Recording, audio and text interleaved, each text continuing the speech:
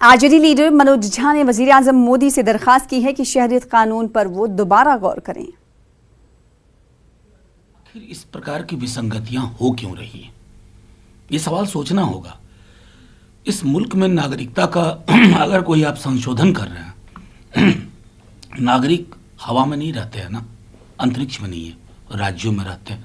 आपने राज्यों से कोई बातचीत नहीं की, हठधर्मिता की हद कर दी आपने। एक कदम पीछे नहीं हटेंगे, ये हम कर बैठेंगे। अब जब लोग अभूतपूर्व आंदोलन के माध्यम से बापू की 150वीं जयंती वर्ष में संविधान की प्रति लेकर के सड़कों पे हैं, तो आपको समझ में नहीं आ रहा जो केरला में हुआ कहीं अन्य राज्यों में भी ना हो।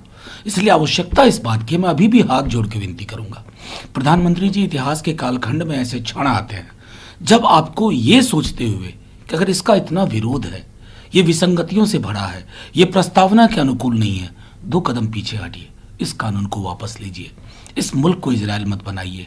बापू की 150वीं जयंती वर्ष में ये तोहफा तो हम दे ही सकते हैं।